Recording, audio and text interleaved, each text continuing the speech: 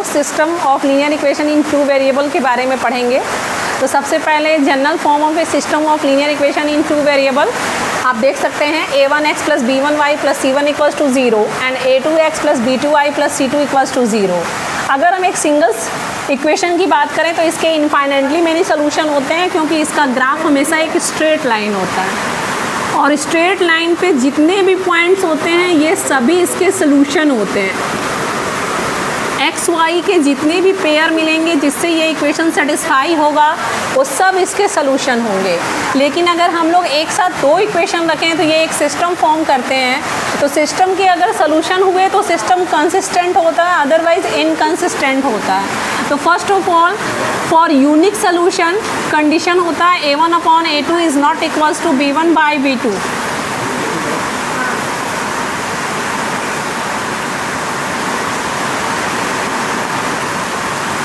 And second is infinitely many solution.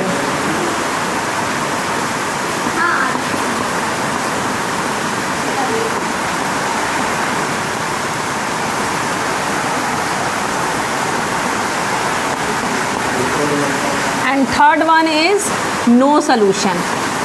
So a1/a2 equals to b1/b2 is not equals to c1/c2। अगर हम लोग इसको graphical method से solve करें तो ग्राफ इनका फर्स्ट केस में बन के आएगा ऐसे intersecting line.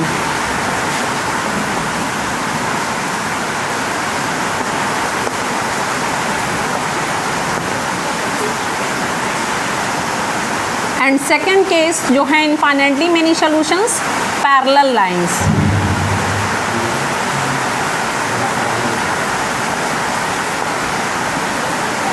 And third one is no solution, sorry second case में पैरेलल सॉल्यूशंस जो आपको मैंने कहा वो थर्ड केस में आएगा। सेकंड केस में आएगा आपका कोइंसिडेंट लाइन।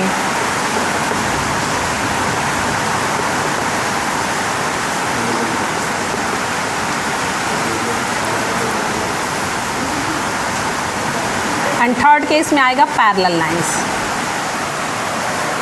तो इस केस में दोनों इक्वेशंस के एक ही सोल्यूशन होंगे, मीन्स जितने भी सोल्यूशन पहले लाइन का है वो सारे सोल्यूशन दूसरे लाइन के भी होंगे, इसलिए ये इनफाइनाइटली मेनी सोल्यूशन का हो गया।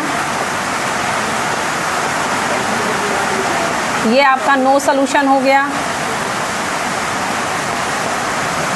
ये आपका केस है नो सोल्यूशन का।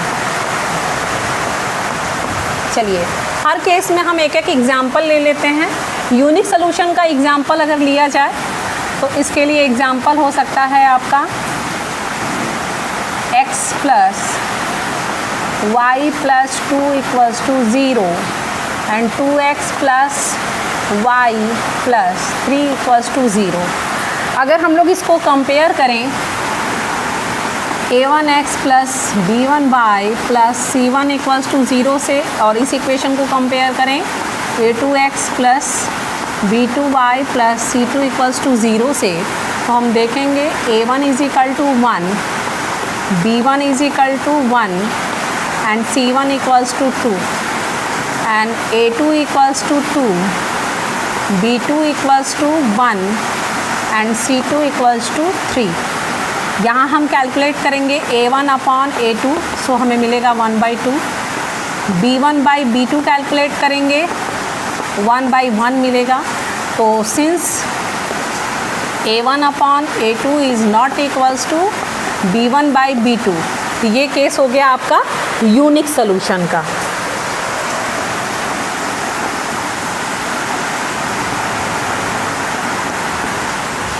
सेकेंड एग्जाम्पल हम लोग लें इनफाइनाइटली मेनी सोल्यूशन का।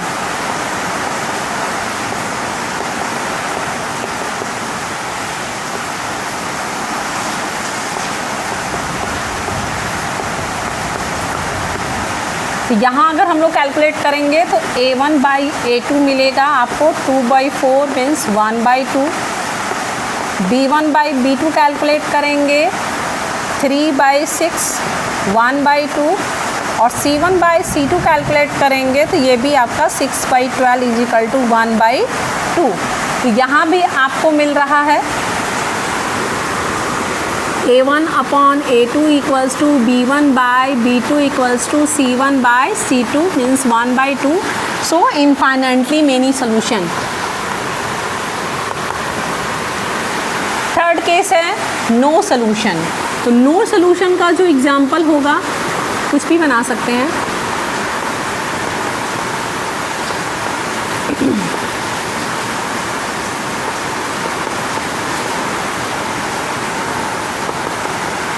यहाँ देखिए तो ये आपका A1/A2 कैलकुलेट हो जाएगा 1, B1/B2 कैलकुलेट हो जाएगा 1, बट C1/C2 कैलकुलेट होगा -1। तो since A1/A2 = B1/B2 is not equals to C1/C2, so no solution।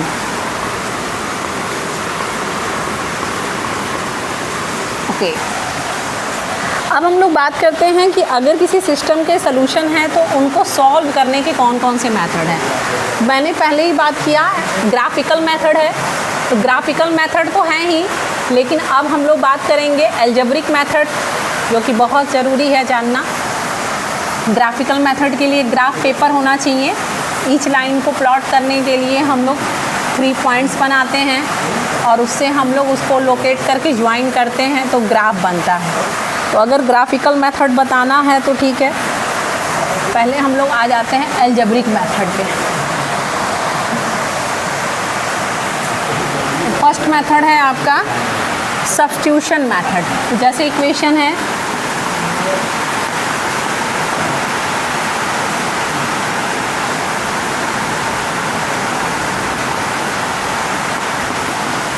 ये 2 इक्वेशन है और इसमें हमें सब्स्टिट्यूशन मेथड से अगर इसको सॉल्व करना है तो फर्स्ट ऑफ ऑल इन दोनों इक्वेशंस में से किसी भी एक इक्वेशन से एक वेरिएबल की वैल्यू दूसरे वेरिएबल से के फॉर्म में फाइंड कर लेंगे और फिर अगर हमने सेकंड से फाइंड किया है तो फर्स्ट में रख देंगे।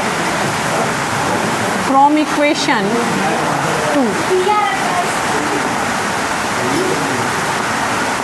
अब इसको हम लोग सब्स्टिट्यूट कर देंगे इक्वेशन 1 में।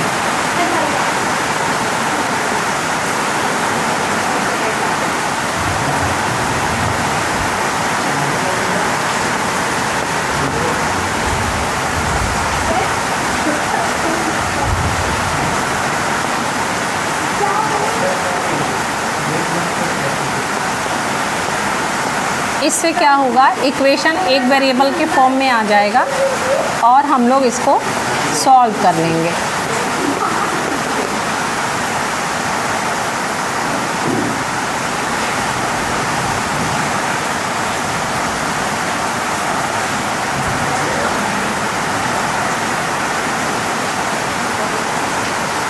ओके, अब हमारे पास x की वैल्यू फाइंड हो चुकी है तो हम इसमें रख देंगे।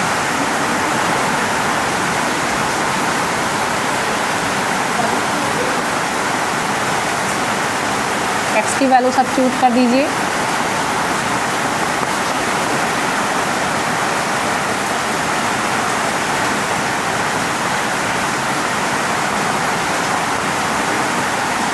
तो यहाँ पे सलूशन आपका आ जाएगा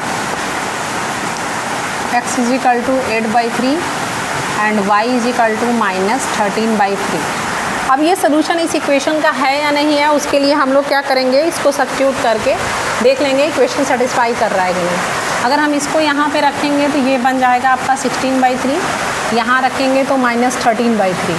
एलसीएम लेंगे तो 16 - 13 3, 3/3 1 और 1 - 1 सेटिस्फाई कर रहा है, मीन्स आंसर सही है। अब दूसरा मेथड है इक्वेटिंग द कोफिशिएंट।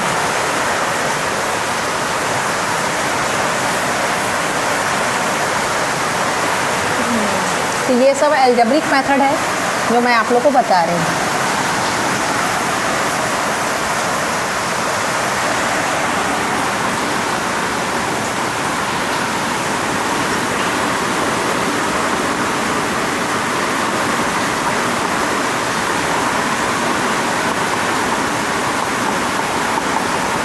ये 2 इक्वेशन है। चलिए इसमें क्या करेंगे, जैसे x का कोफिशिएंट यहाँ 1 है, यहाँ 5 है, ये इक्वेशन 1 है, ये 2 है, इसमें हम 5 से मल्टीप्लाई कर देते हैं। अदरवाइज़ अगर हम y के कोफिशिएंट इक्वल करना चाहते हैं तो हम इसमें 3 से मल्टीप्लाई कर दें। तो हमारे ख्याल से 3 से मल्टीप्लाई करना हमारे लिए आसान होगा।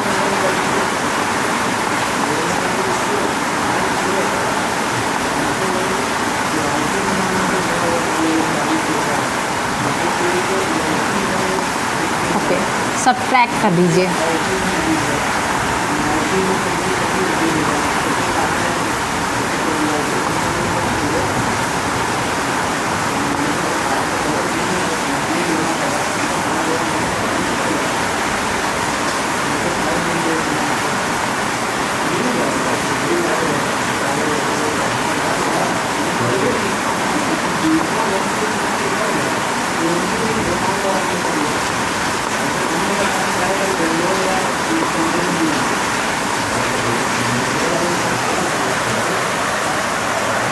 तो ये x की वैल्यू आई और इसको सब्स्टिट्यूट कर देंगे हम लोग किसी भी इक्वेशन में, तो y की वैल्यू आ जाएगी। या हम प्रोसेस को अप्लाई भी कर सकते हैं, तो ठीक है।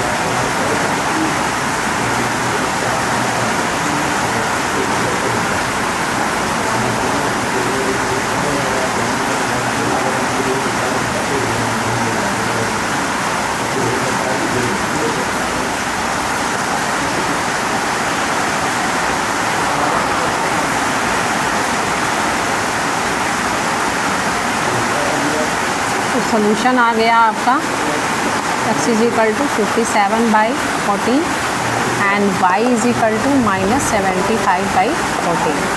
ठीक, ओके ओके गाइस, आज की क्लास यहीं पर ओवर।